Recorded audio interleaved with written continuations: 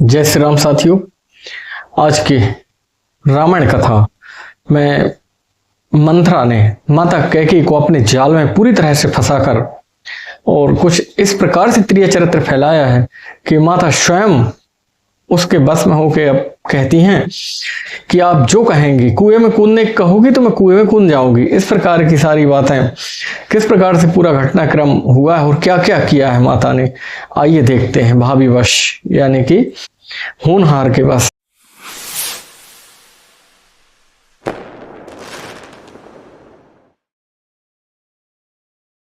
नहीं हर जन्म भर बेबरु जाई, जियते न करब शबती से वेकाई। आरी बस देव जियावत जाहि, मरनु निकते ही जीवन चाही। मैं भले ही नैहर मतलब मायके में रहकर अपना जीवन काट लूंगी, पर मैं अपने शौत की सेवकाई यानी कि कौशल्या का दासत्व स्वीकार नहीं करूंगी। दीन बचन कहे बहु विधि रानी, सुन कुबरीति माया ठानी। अस कस कहाऊं मानि मन ऊना, सुख सोहाग तुम कहो दिन दूना। रानी की जब इस प्रकार से बातें सुनी तो मंथरा बोली कि आप इस प्रकार की बातें क्यों कह रही हो, आपका सुहाग दिन दूना बढ़े और आपका राज चलता रहे। मंथरा ने विभिन्न प्रकार से त्रिय चरित्र फैलाकर इसे कहा है कि तुम्हारा सुहाग तो दिन दूना रात चौगुना अमर हो जाए और तुम्हारा राज भी ऐसा ही चलता रहे। जे ही राओ रे अति अन्य भलता का, सोई पाहै यह फल परिपाका। जब ते कुमत सुना मैं स्वामिनी, भूख न बासर नींद न जामिन। आपका कुछ नहीं होगा और जिसने आपका बुरा चाहा है, आपके पति को जिसने जाल में फंसाया है, उसका ही अहित होगा। आपका जब से ही मैंने ये सुना है कि राम का राज्य होने वाला है, तब से मुझे ना तो नींद आती है और ना ही दिन में भूख लगती है। पूछहूँ गुणन रेख तेन खांची, भरत भोआल हो यह सांची। भामिनी करहूँ त कहाँ उपाऊ, है तुमरी सेवा बस राऊ। मैंने ज्योतिषियों से पूछा है और ज्योतिषियों ने रेखा खींचकर कहा है कि भरत राजा बनेंगे, यह निश्चित है। और आप दुखी इसलिए भी ना हो क्योंकि जो राजा हैं वो सिर्फ आपकी बात ही माना करते हैं। मैं जो उपाय बताऊं यदि वो आप करती हैं तो राजा तुम्हारी सेवा के बस में होकर वही करेंगे जो तुम चाहोगी। परऊं कूप तुए बचन परे, सकहूं पूत पति त्याग। कहस मोर दुख देख बड़े, कसे न करब हित लाग। माता कैकेयी कहती हैं कि यदि तू कहेगी तो मैं कुएं में कूद जाऊंगी, यदि तू कहेगी तो मैं पति और पुत्र को भी छोड़ दूंगी। क्यों ना सुनूं तेरी बात, क्योंकि तू मेरे हित की बात करती है। तू जैसा कहेगी मैं वैसा ही करूंगी। मैं अपने हित या अपने भले के लिए क्यों ना करूंगी। कुबरी करी का बोली कैकेयी, कपट छुरी और पाहन टेई। लखै नारायण निकट दुख कैसे, चरय हरित तिन बलि पशु जैसे। कुबरी मंथरा ने रानी को पूरी तरह से अपने बस में कर लिया है। जिस प्रकार से बलि का पशु हरी हरी घास खाता है और उसको ये पता नहीं होता कि उसके सिर पर मौत नाच रही है, इसी प्रकार से कुबरी ने अपने कठोर हृदय से छुरी, कपट रूपी शब्दों की छुरी को तेज करके और माता के हृदय में बो दिया है और वो उसी के स्वर में बोलने लगी हैं।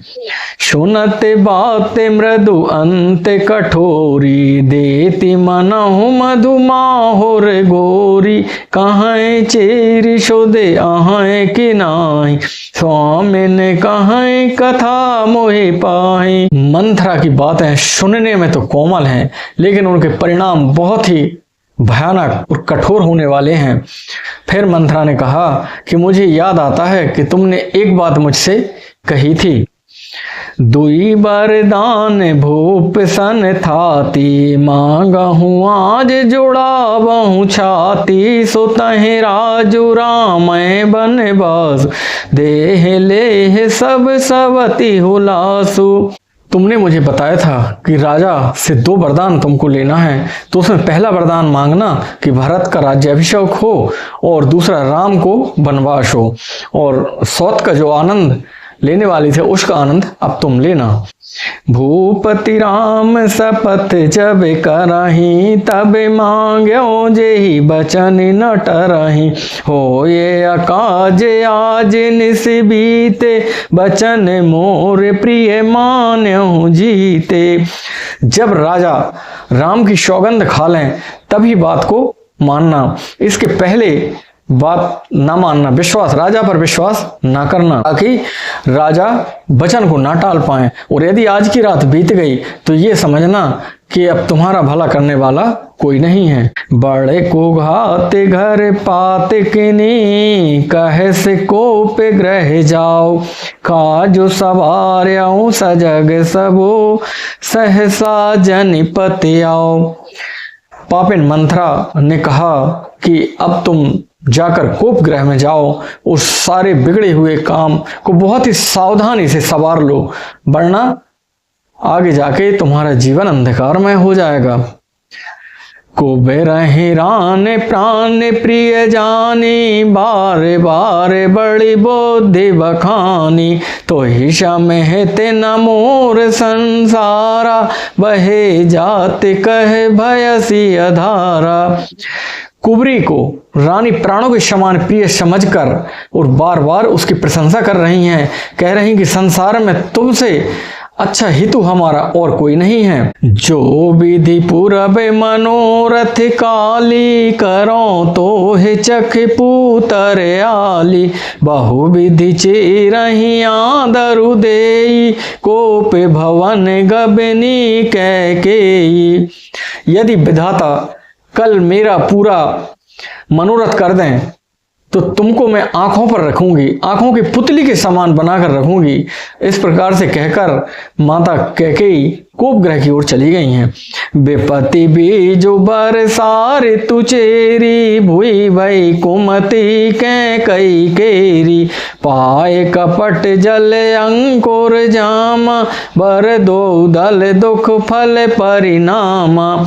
विपत्ति या कलह जो है बीज है, और दासी जो है वो वर्षा ऋतु है, और कैकेयी का जो हृदय है वह धरती है, और इससे जो 2 पत्ते निकलने हैं वो वरदान हैं, और इसका जो फल है आगे वो दुख होने वाला है। कोप समाज साज सब सोई, राजु करत निज कुमति बिगोई। रावर नगर कोलाहल होई, यह कुचाल कछु जान न कोई। कोप भवन में जाकर अपना साज सजाकर पहुंच गई हैं, और नगर में बड़ा कोलाहल और हलचल मचा हुआ है। यह कोई नहीं जान पाया है कि इस प्रकार की कोई घटना हो गई है। प्रमुदित पुर नर नारी, सब सजहि सुमंगल चार। एक प्रवेशहि एक निर्गमहि, वीर भूप दरबार। बड़े आनंदित होकर नगर के स्त्री पुरुष एक राजभवन आता है तो कोई जाता है, कोई बाहर आ रहा है, कोई भीतर जा रहा है। इस प्रकार से राजद्वार में बड़ी भारी भीड़ हो गई है।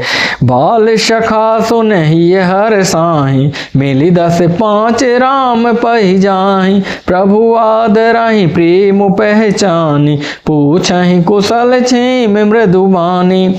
जो भगवान राम के बाल सखा थे वो आकर 10 और 5 के झुंड में आकर मिलते हैं, वो बात करते हैं। राम भगवान उनसे बड़े प्रेम पूर्ण मधुर वाणी से उनकी बात सुनते हैं और उनको सम्मान देते हैं। फिर ही भवन प्रिय आय सुपाई, करते परस पर राम बड़ाई। को रघुबीर सरस संसार, सील स्नेह निवाहन आरा।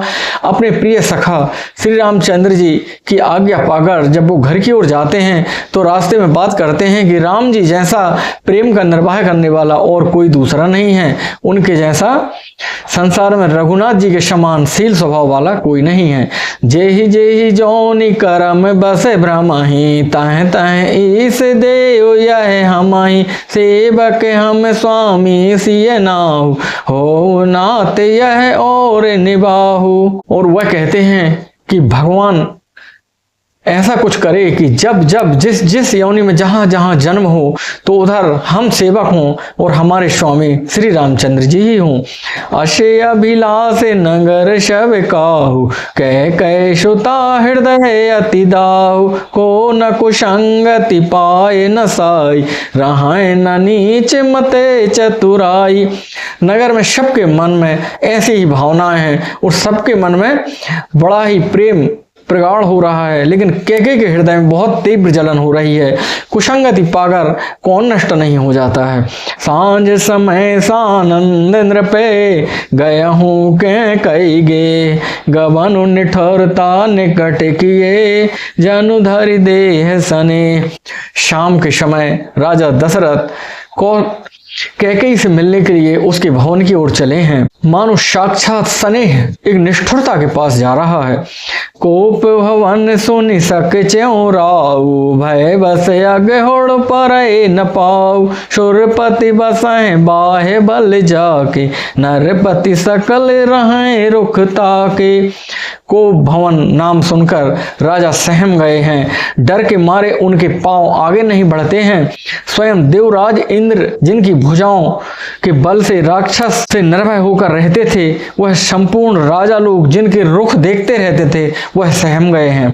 सो सुन तीर से गया हूँ सुखाई, देखा हूँ काम प्रताप बढ़ाई, सोल कुल से असिया गव निहारे, तेरथी नाथ सुमन सर मारे। स्त्री का क्रोध सुनकर सूख गए। जो कभी त्रिशूल वज्र और अस्त्रों से भी नहीं डरा करते थे, ये कामदेव की माया ही देखिए आप कितनी कठिन होती है। सवै नरेश प्रिया पहि गयहूँ, देख दशा दुख दारुण भयहूँ, भूमि शयन पटु मोट पुराना, दिए डारु तन भूषण नाना। राजा डरते डरते कैकेयी के पास गए हैं, रानी के पास गए हैं और उन्होंने देखा है कि रानी मोटे कपड़े पहने हुए धरती में डली हुई हैं और उन्होंने अपने आभूषण जो हैं वो फेंक दिए हैं। कुमत ही कसी कुशे बेतफाबी, अने बात सोच जनु भाबी, जाय निकट नृप कहे मृद बानी, प्राण प्रिया के ही है तुरशानी। उस दुर्बुद्धि कैकेयी कि यह कुबेस्ता ऐसी फब रही है जैसे मानो भाभी विधवापन की सूचना दे रही हो। राजा उनके पास जाकर कोमल वाणी से बोले, हे प्राण प्रिय, किस लिए रिसाई हो?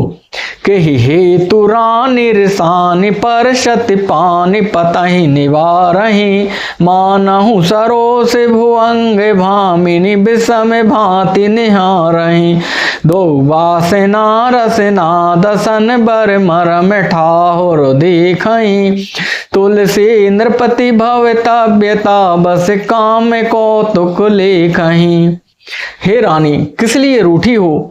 यह कहकर राजा ने जैसे ही हाथ का स्पर्श करना चाहा तो रानी ने हाथ को झटक दिया और इस प्रकार से, जिस प्रकार से नागिन उचट जाती है, रानी बिल्कुल नागिन की तरह क्रूर दृष्टि से राजा को देख रही है।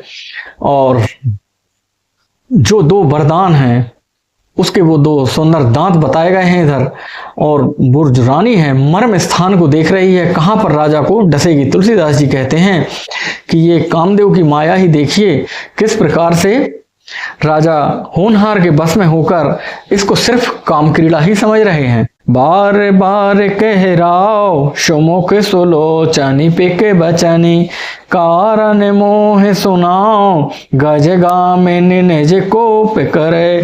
राजा बार बार कह रहे हैं, हे सुमुखी, हे सुलोचनी, हे कोकिलवाहिनी, हे गजगामिनी, मुझे अपने क्रोध का कारण तो बताओ। अनहित तोर प्रिया के ना कही दोए सिर के ही जमु चहलीना, कहूँ के ही रंग कई करो नरेसी, कहूँ के ही नृपहि निकासों देसी। हे प्रिया, तुम बताओ तो किसने तुम्हारा अनिष्ट किया है? किसके 2 सिर हो गए हैं? किसको यमराज के पास जाना है?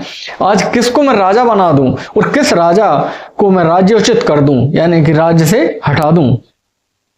सकहूँ तोरे अरिया मेरो मारी, काहे कीट बपुरे नर नारी, जानसी मोर शुभाव बरोरू, मनु तबे आनन चंद चकोरू। राजा कहते हैं कि हे सुंदरी, तेरा शत्रु यदि अमर भी होगा तो आज मैं उसको भी मार डालूंगा। इसलिए तू तो सिर्फ ये बताओ कि किसने तुम्हारा अहित किया है। ये कीड़े मकोड़े ऐसे नर नारी स्त्री पुरुषों की तो बात ही दूर, अमर को भी मैं आज मार दूंगा, क्योंकि आपको बहुत अच्छे से मालूम है कि आपके मुख रूपी चंद्रमा का मैं चकोर हूं।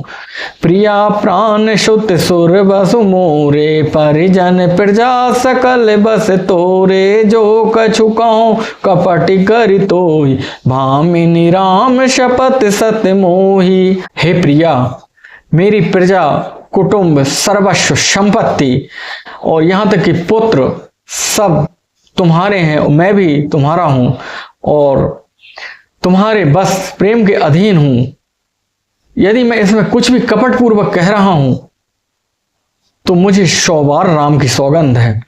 बेहसी मांगु मन भावती बाता, भूषण सजहि मनोहर गाता, घरी कुघरी समुझ जिय देखु, बेग प्रिया परिहरहि कुबेसु। तुम हंसकर प्रसन्नता पूर्वक वो मांग लो जो तुम्हारे मन में है, और ये जो तुमने आभूषण त्याग दी है उनको जल्दी से जल्दी धारण कर लो। ये बहुत ही बुरा लग रहा है इस प्रकार का जो तुम्हारा, जल्दी ही इस वेश को त्याग दो। यह सुनी मन गुण शपथ बड़ी, बेहसे उठी मति मंद, भूषण सजति बिलो के मृगो, मनहु के रात निफंद। यह सुनकर और मन में राम जी की बड़ी सौगंध को विचार कर मंद बुद्धि कैकेयी हंसती हुई उठी है और अपने आभूषण पहनने लगी है, मानो कोई भीलनी मृग को देखकर फंदा तैयार कर रही हो। पुण्य कह राव सो हृदय जिए जानी, प्रेम पुलक मृदु मंजुल बानी, भामिन भयं तोर मन भावा, घर घर नगर आनंद बधावा।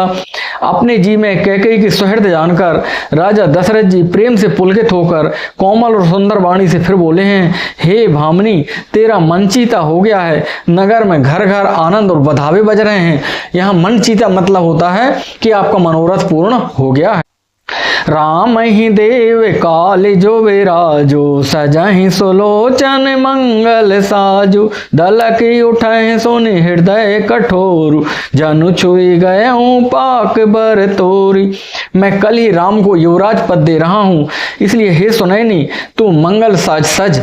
यह सुनते ही उसके कठोर हृदय में दलक उठा, यानी कि फटने लगा, मानो पका हुआ बाल तोड़ फोड़ा छू गया हो। ऐसा ही वीर बेहस तोई गोई, चोर नार जिमि प्रगति न रोई, लखह न भोप कपट चतुराई, कोटि कुटिल मन गुरु पढ़ाई। ऐसी भारी पीड़ा भी उसने हंसकर छिपा लिया है, जैसे चोर की स्त्री प्रकट होकर नहीं रोती है जिससे उसका भेद ना खुल जाए।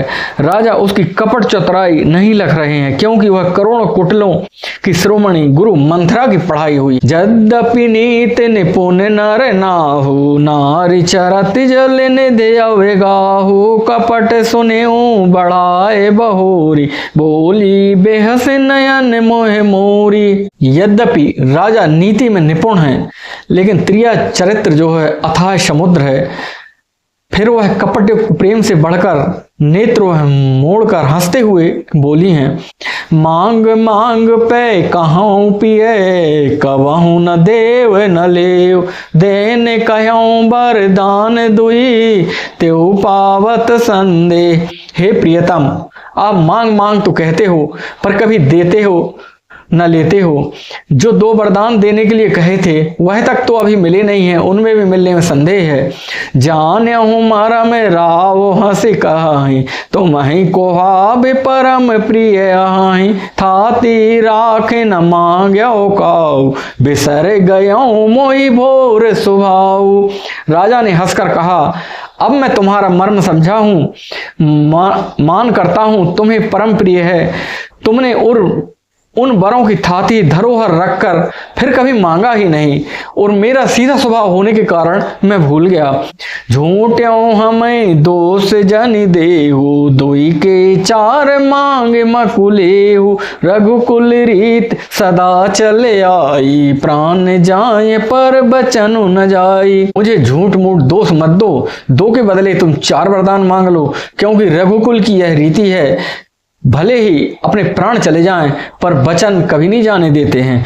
नहीं असत्य सम पातक पुंजा, गिरीश में हो एक कोटिक गुंजा, सत्य मूल सब सुकृत सुहाय, वेद पुराण विदित मनु गाय। असत्य के समान पापों का समूह और कुछ नहीं है, क्या करोड़ों घूंचियां मिलकर कोई पहाड़ बना सकती हैं? सत्य ही समस्त उत्तम सुकृतों यानी कि पुण्यों की जड़ है। यह बात वेद पुराण प्रसिद्ध मनुजे ने भी कही है। तेहि पर राम शपथ कर आई, सुकृत सने अवध रघुराई, बात दृढ़ाए कुमति हसी बोली, कुमति गोवा गए कुलह जन खोली। उस पर श्री राम जी की शपथ जो मैंने ली है, तो इसमें तो संदेह तुमको करना ही नहीं चाहिए। तब रानी को लगा कि अब तो बात पक्की है, क्योंकि राजा ने सौगंध खा ली है। भूप मनोरथ शुभग बने, सुख शुभहंग समाज, भिल्लन जिमि छाड़न चहते, बचन भयंकर बाज। राजा का मनोरथ सुंदर वन है और सुख सुंदर पक्षियों का समुदाय है। उस पर भीलनी की तरह कैकेयी अपनी वचन रूपी भयंकर बात छोड़ना चाहती है। सुना हो प्राण प्रिय भावत जी के, देहो एक बार भर तई टीका, मांगहु दूसर बर कर जोरी, पुर बहुनाथ मनोरथ मोरी। वह बोली, हे प्राण प्यारे सुनिए, मेरे मन को भाने वाला एक पहला वरदान है कि भरत का राज्याभिषेक हो, और दूसरा वर मैं हाथ जोड़कर मांगती हूँ, मेरा मनोरथ पूरा कीजिए। तापस बेस विशेष उदासी, 14 बरस राम बनवासी, सुनि मृदु बचन भूप ही शोकु, शशि कर छुअत विकल जिमि कोकु। और दूसरा वरदान है कि तपस्वियों के वेश में राम वनवास गमन करें, 14 वर्ष तक उनको वनगमन हो। रानी के वरदान सुनकर राजा का हृदय बैठ गया, शोक में डूब गए राजा। बिल्कुल वैसे ही जिस प्रकार से चंद्रमा की किरणों का स्पर्श होते ही चकवा पक्षी कुम्हला जाता है। गयऊ सहम नहीं कछु कही आवा, जनु सचान बन झपट्यों लावा, बिबिरन भयऊ निपट नर पालू, दाम नेहन्यों मनो तरु तालू। राजा सहम गए और उनसे कुछ कहते न बना, मानो बाज वन में बटेर पर छपटा हो। राजा का रंग बिल्कुल उड़ गया है, उदास हो गए हैं, मानो ताड़ के पेड़ पर बिजली गिर गई हो। गिरने से वह झुलस कर बदरंगा हो गया, वही हाल राजा का हो गया है। माथे हाथ मूंद दो लोचन, तनु धरि सोच लाग जनु सोचन, मोर मनोरथ सुर तरु फूला, फरत करन जिमि हत्यों शमूला। राजा ने माथे पर हाथ रखे, दोनों नेत्र मूंद कर सोचने लगे। सोच इस तरह से रहे हैं कि सोच भी सोच में पड़ जाए, और वह सोच रहे हैं कि मेरे मनोरथ जो फूल चुके थे उस को फल आने वाला था, लेकिन ये हाथी की तरह इस कैकेयी ने उस फूल को एक ही झटके में उखाड़ दिया है, उस फल को एक ही झटके में अलग कर दिया है। अवधि उजार कीन कैकेयी, दीन सिया चले विपत्ति के नेई। कैकेयी ने अयोध्या के उजाड़ कर दिया है और विपत्ति अचल सुदृढ़ नींव डाल दी है। कवने अवसर का भयऊं, गयहूं नारी विश्वास, जोग सिद्ध फल समय जिमि, जतहि अवेद्यानाश। किस अवसर पर क्या हो गया स्त्री का विश्वास करके मैं वैसे ही मारा गया जैसे योग की सिद्ध रूपी फल मिलने पर समय योग की अविद्या नष्ट कर देता है। यह विधि राव मन ही मन झाखा, देख को भाति कुमति मन माखा, भारत की रावर पूत न होई, आन्यहु मोल बिसाए की मोही। इस प्रकार राजा मन ही मन सोच रहे थे। राजा का ऐसा बुरा हाल देखकर दुर्बुद्धि कैकेयी मन में बुरी तरह से क्रोधित होकर बोली, क्या भरत आपके पुत्र नहीं हैं? क्या आपने मुझे दाम देकर खरीदा था? जो सुन सर्वस लाग तुम्हारे, काहे न बोलऊं बचन संभारे, देह उतरो अन कराहूं कि नाई, सत्य संध तुम रघुकुल माही। जो मेरा वचन सुनते ही आपको बाण सा लग गया है तो सत्य कहिए, या तो हाँ कहिए या ना कहिए, क्योंकि रघुकुल में तो केवल सत्य का वचन का पालन करने वाले ही हुए हैं।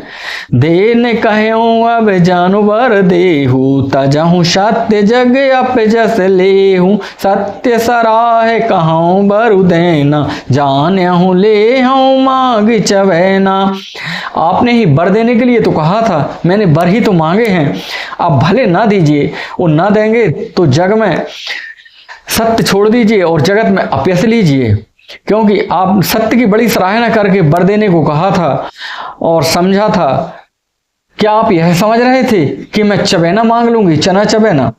शिवी दधीच बलि जो कछु भाषा, तनु धनु तज्यऊ बचन पनु राखा, अति कटु बचन कहते कह की, मानहु लोन जरे पर देही। राजा शिवी, दधीची और बलि ने जो किया है, अपने प्राण धन और सर्वस्व अर्पित करके अपने प्रण का पालन किया है, वही कीजिए। इस प्रकार से कैकेयी बहुत कड़वे वचन बोल रही है, मानो जिस प्रकार से कोई घाव पर नमक डाल रहा हो। धर्म धुरंधर धीर धरी, नयन उघारे राय, सिर धुनि लीन उषा से असी, मारस मोह कुठाए। धर्म की धुरी धारण करने वाली राजा दशरथ ने नेत्र खोले और बड़ी लंबी गहरी सांस ली है और कहा है कि इसने तो मुझे तो बहुत ही कठोर मारा है, यानी कि ऐसी परिस्थिति उत्पन्न कर दी है, ना हाँ कहते बनता है ना कहते बनता है। आज की कथा यहीं तक साथियों। ऐसा आज का कथा का यदि हम सार समझें साथियों, तो कभी भी उत्साह में हमको प्रण, या कहना चाहिए इतने अति उत्साह में आकर कोई भी प्रण नहीं करना चाहिए, और कभी दुख में आकर या बहुत ही विपरीत परिस्थितियों में आकर अपने साहस और विवेक को नहीं छोड़ना चाहिए। इस प्रकार से राजा दशरथ से जो गलती हुई थी, क्योंकि एक बार की बात है, देवासुर संग्राम में माता कैकेयी साथ में थी और राजा दशरथ युद्ध चल रहा था उनका असुरों के साथ। उस समय उनकी चके की कील निकल गई थी, तो उसमें माता कैकेयी ने अपनी उंगली लगा दी थी। तो राजा इतने प्रसन्न हो गए, इतने उत्साह में आ गए कि उन्होंने उत्साह में आकर कहा कि तुम जो भी वरदान मांगना चाहती हो मांगो। तो उस समय तो उन्होंने नहीं मांगे, लेकिन वो वरदान समय आने पर मांगे हैं, और ऐसे वरदान मांगे हैं कि आज राजा दशरथ को अच्छा बुरा कुछ समझ में नहीं आ रहा है, ना बोलते बन रहा है, ना कुछ सोचते बन रहा है, बस नेत्र बंद कर कर गहरी गहरी सांस ले रहे हैं। इन सारी समस्याओं से बचने के लिए यही सबसे अच्छा है कि बहुत अधिक प्रसन्नता में कोई वचन ना दें और विपरीत परिस्थिति में अपना वचन भी ना तोड़ें। आज की कथा यहीं तक। जय श्री राम।